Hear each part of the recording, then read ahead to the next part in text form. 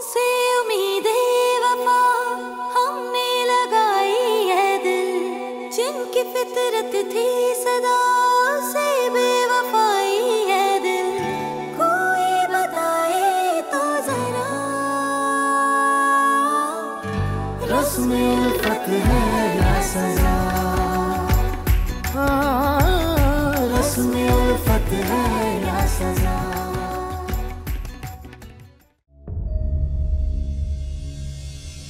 आप कुछ सोच रही हैं अम्मी? परेशान नजर आ रही है मुझे।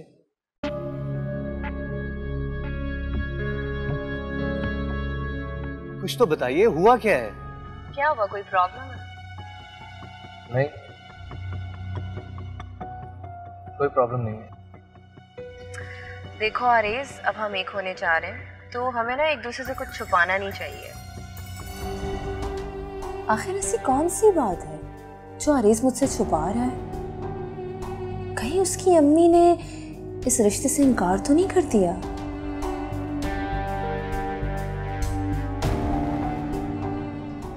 मैं नहीं चाहता कि वो लोग किसी आसरे में रहें, और मैंने अपना फैसला आपको सुना दिया है। मैं नवीन के अलावा किसी और से रिश्ता नहीं करूंगा।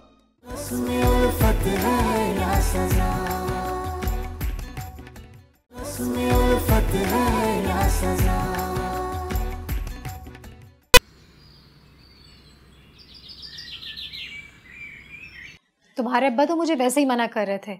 देखो कितना अच्छा हुआ ना मेरे जाने का, सारे खदशात दूर हो गए। मम्मी ठीक कह रही हैं आप। मैं भी पता नहीं क्या क्या सोच रही थी। मेरे दिल में भी ना हजारों वसवसे पैदा हो रहे थे। मुझे आपकी बात पर यकीन होने लगा था कि मेरी खुशियों को किसी की नजर लग गई है, लेकिन अब मैं बहुत अच्छा फील कर रही हूँ। पहले तो मैं सोच रही थी कि राजदा बहन मुझसे कोई बात छुपा रही, लेकिन जब उन्होंने मुझे कहा कि परसों मैं तो रिश्ते की बात पक्की करने के लिए आ रही हूँ, मेरे तो सारे खदशात ही दूर हो गए। लेकिन अम्मी, आरिस को झूठ बोलने की क्या जरूरत थी कि वो ऑफिस के मामलात की वजह से परेशान है? सच भी तो कह सकता था कि वो अपने मामू के मामलात की वजह से परेशान है। इतनी सी तो बात थी बस। देखो ये उसका घरेलू मसला है, वो हर चीज तुम्हारे सामने डिस्क्लोज तो नहीं कर सकता ना।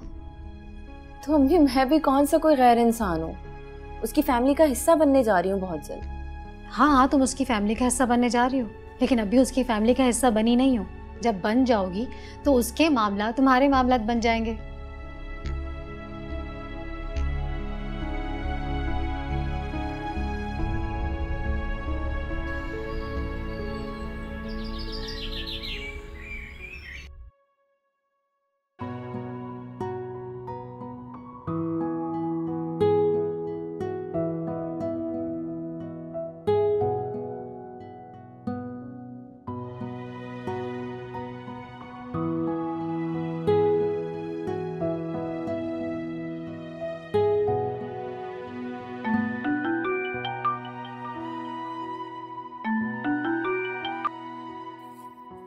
अस्सलाम वालेकुम, कैसे हैं आप? जी अल्हम्दुलिल्लाह, मैं बिल्कुल ठीक हूँ। अच्छा ठीक है ओके।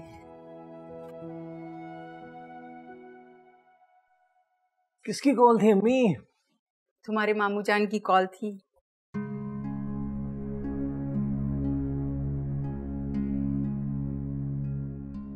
लगता है आज भी उसी सिलसिले में बात करेंगे वो किसी भी सिलसिले में बात करें, मैं लेकिन उनसे साफ साफ बात करूंगी।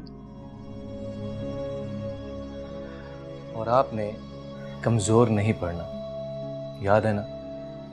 अच्छा ये बताओ, तुम कहीं जा रहे हो क्या? हाँ अम्मी, मैं कुछ दोस्तों से मिलने जा, कॉल भी आ गई दोस्त। हेलो, आ रहा हूँ भाई, 5 मिनट सब्र नहीं होता। ओके अम्मी, मैं आता हूँ।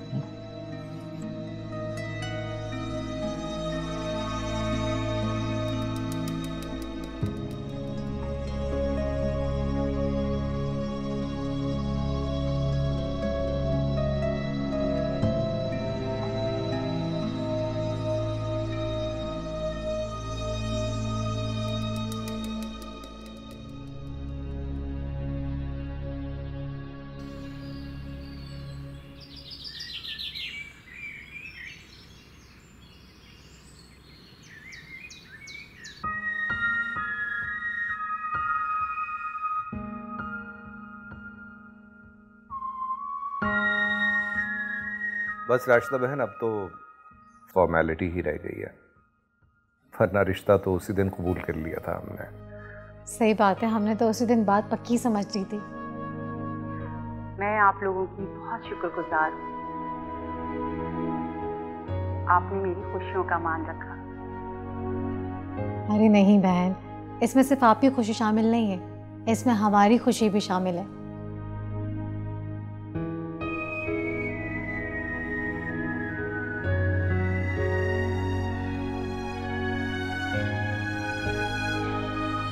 सबसे अच्छी बात यह है कि आरेज हमारे लिए कोई खैर नहीं।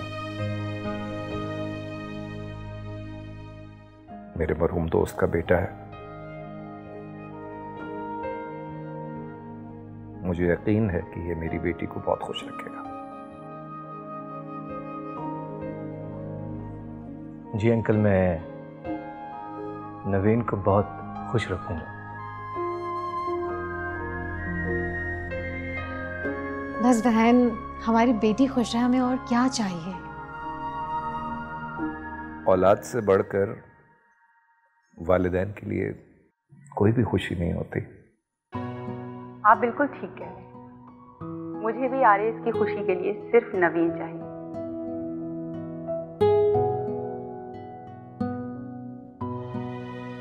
और मुझे पूरा यकीन है कि आपकी बेटी को ससुराल में मैके जैसा ही लगेगा। इंशाअल्लाह। ये आपका खुलूस है, बड़ापन है आपका कि आपको हमारे यहाँ से सिर्फ नवीन ही चाहिए, वरना आपको तो पता है ज़माना कैसा है। लेकिन फिर भी वालिदैन होने के नाते से अपनी खुशी के लिए हम नवीन को कुछ ना कुछ तो देंगे। उम्मीद करता हूं आपको बुरा नहीं लगेगा। सही बात है, नवीन हमारी छोटी बेटी है और वालिदैन औलाद के लिए तो सब कुछ कमाते हैं। हमारा सब कुछ हमारी बेटी का तो है। आप वालिदैन की खुशी और मर्जी मुझे कबूल है। और मैं चाहती हूँ कि अगले महीने की 10 तारीख को मैं मंगनी की रस्म करने आपके घर आ जाऊँ। जैसे आपको अच्छा लगे। हम तो अपनी बेटी आपके हवाले कर चुके हैं। शुक्रिया। नवीन, मुंह मीठा करवाओ ना इसी खुशी में सबका। बहुत बहुत मुबारक हो बहन आपको। आप लोगों को भी बहुत बहुत मुबारक हो। आपको भी बेटा।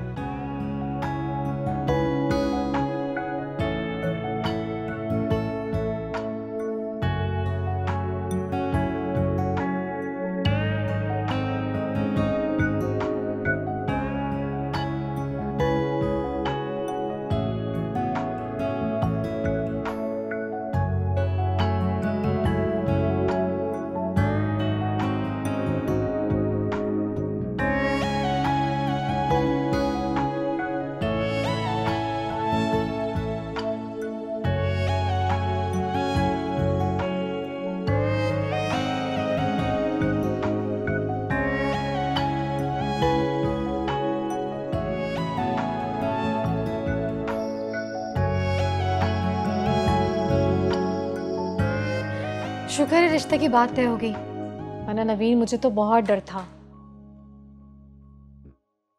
हाँ अम्मी, आपकी तरह न जाने मेरे भी दिल में क्या क्या ख्यालात आ रहे थे। असल में हम पिछली बार की वजह से बहुत डरे हुए थे, कहीं पिछली दफा की तरह ना हो जाए। अम्मी, आप पुरानी बातें दोबारा ना दोहराया करें। मैं अब अपना सब कुछ भुला चुकी हूँ। मेरी ज़िंदगी में अब आरेज़ है और उसके सिवा और कोई नहीं है। इंशाल्लाह। और हाँ, कभी भूले से भी अपनी माजी का तस्करा किसी से भी नहीं करना। मेरी ज़िंदगी में अब कोई माजी नहीं रहा। अल्लाह मेरी बेटी की खुशियों को हमेशा कायम व दायम रखे। आमीन।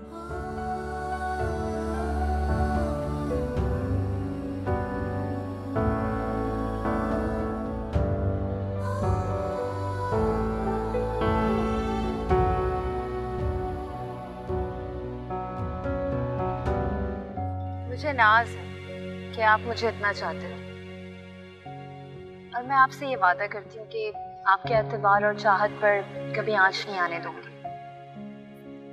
तुम यकीन ना भी दिलाओ तब भी मैं तुम पर भरोसा करता हूँ और हमेशा करूंगा।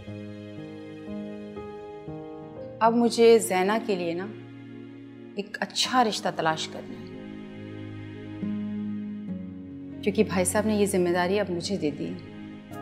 जी जी, आपकी भतीजी हैं वो, जरूर देखें, देखना भी चाहिए, लाजमी है, लेकिन मेरे अलावा। हाँ कितनी बार समझाया है मैंने तुम्हें कि मैं उस घटिया शख्स से राब्ता नहीं रखना चाहता।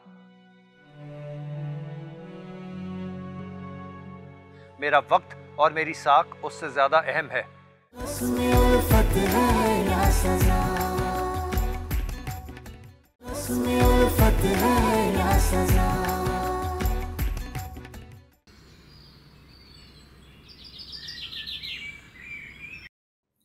नवीन, मुझे अम्मी ने सब कुछ बता दिया था कि तुम और आंटी किस बात को लेकर परेशान हो रही थी।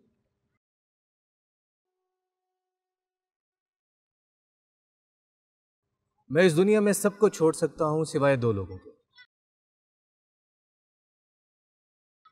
उन 2 लोगों को मैं कभी और किसी हालत में नहीं छोड़ सकता। जानती हो वो 2 लोग कौन है? जानती तो नहीं हूँ, लेकिन हाँ, जानना चाहूंगी कि आखिर वो 2 लोग कौन है जिसे आप इतना चाहते हैं। उनमें से एक मेरी माँ है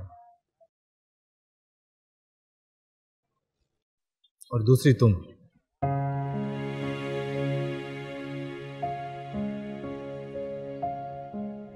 मुझे नाज है कि आप मुझे इतना चाहते हो, और मैं आपसे ये वादा करती हूँ कि आपके एतबार और चाहत पर कभी आंच नहीं आने दूंगी। तुम यकीन ना भी दिलाओ तब भी मैं तुम पर भरोसा करता हूं और हमेशा करूंगा।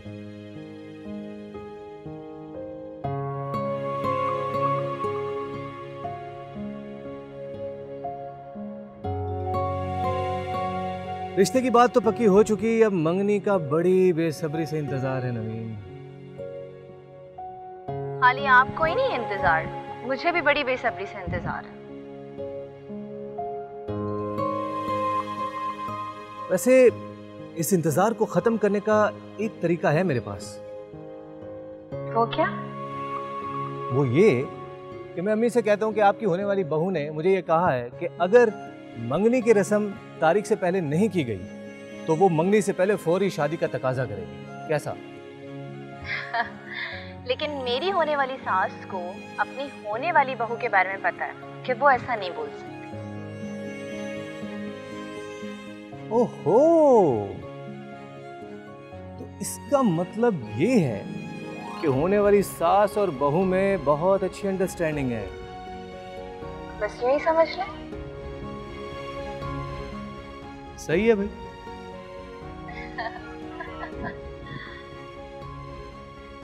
आंटी कैसी है? आंटी अच्छी है।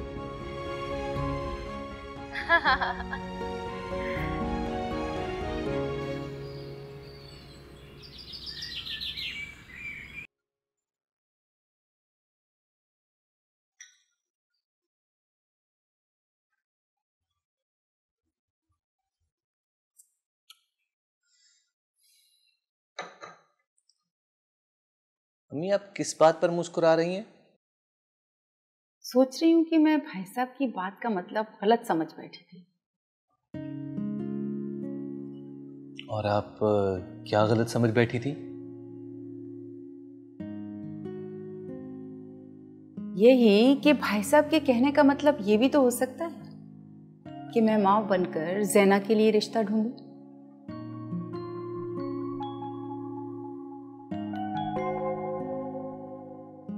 क्योंकि अगर भाई साहब को तुम्हारे और ज़ैना के हवाले से कोई बात करनी थी तो वो खुलकर बात करते ना। चलो, आपने मुझे खामखा में ही डराया हुआ था अम्मी।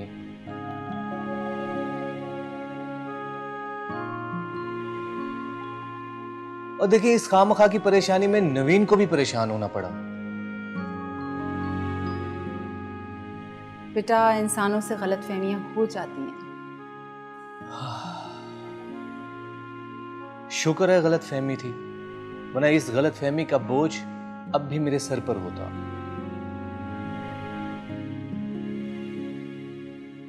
लेकिन अब मुझे ज़ैना के लिए ना एक अच्छा रिश्ता तलाश करना है, क्योंकि भाई साहब ने ये जिम्मेदारी अब मुझे दे दी है। जी जी, आपकी भतीजी हैं वो, जरूर देखें, देखना भी चाहिए, लाजमी है, लेकिन मेरे अलावा। हाँ से तुम बाज नहीं आओगे अपनी शरारतों से ना? बिल्कुल नहीं।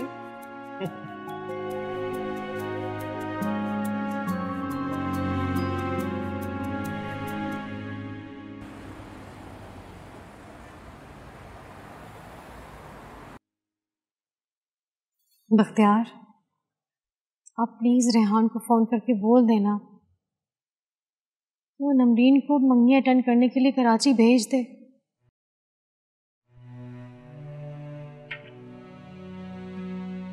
कितनी बार समझाया है मैंने तुम्हें कि मैं उस घटिया शख्स से राब्ता नहीं रखना चाहता।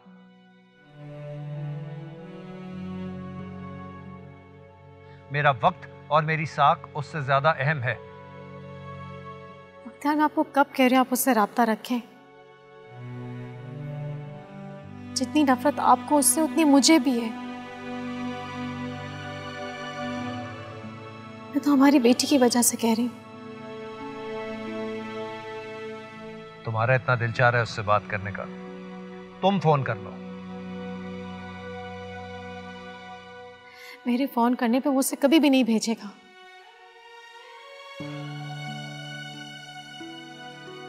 और नमरीन उसकी इजाजत के बगैर नहीं आएगी। नहीं भेजता तो ना भेजे, मंगनी फिर भी हो जाएगी। हाँ सही बात है, मंगनी उसके बगैर भी हो जाएगी। लेकिन अगर वो छोटी बहन की मंगनी में आएगी तो उसे कितनी खुशी होगी।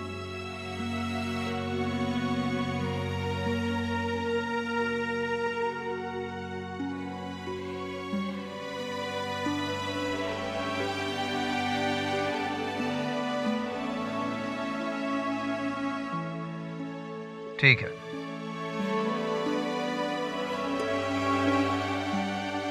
तुम्हारी और नवीन की खातिर मैं उस नाकारा शख्स को फोन कर लूंगा।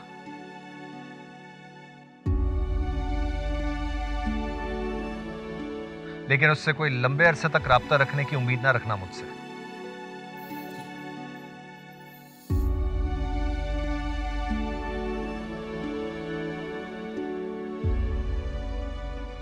बेकार।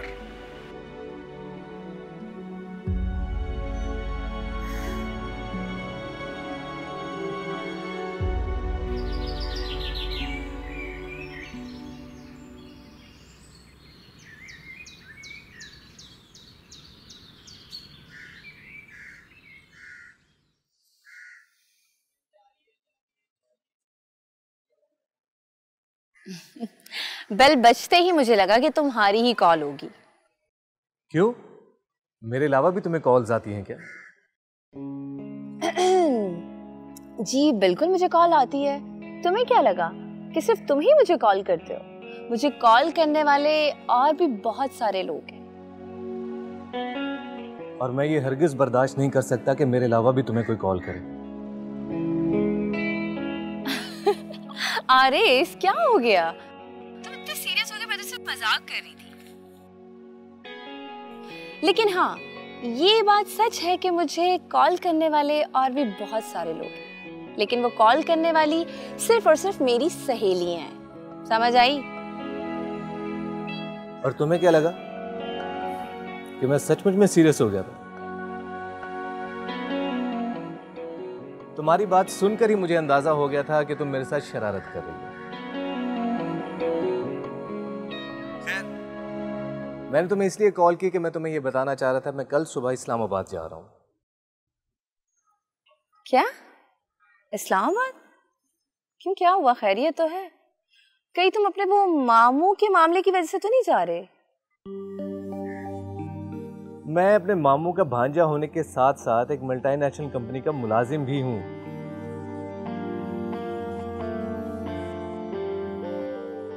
उनके ऑर्डर्स को फॉलो करना मेरी जिम्मेदारी में शामिल है। मैं एक प्रोजेक्ट के सिलसिले में जा रहा हूँ।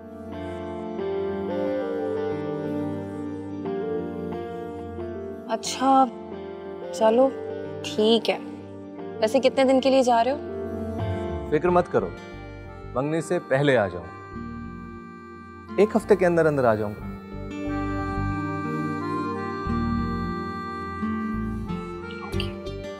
और बताओ, कैसे हो? आंटी कैसी हैं?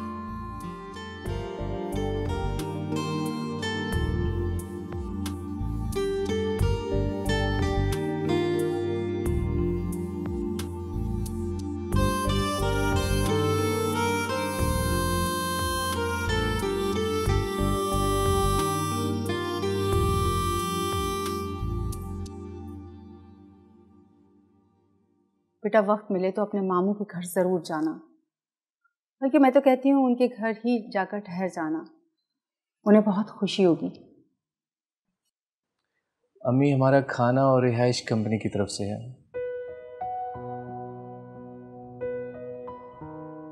अब अगर मैं अकेला होता तो लाजमी मामू के घर जाके ठहर जाता। मेरे साथ पूरी टीम होगी तो थोड़ा सा मुश्किल हो जाएगा, मजबूरी। ठीक है, जैसा तुम्हें मुनासिब लगे। लेकिन आप टेंशन मत लें, मैं वक्त निकालकर मामू से मिलने जरूर जाऊंगा।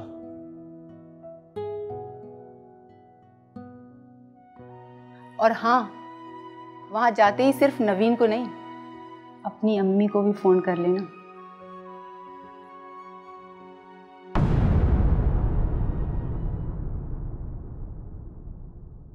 उल्फत है या सजा,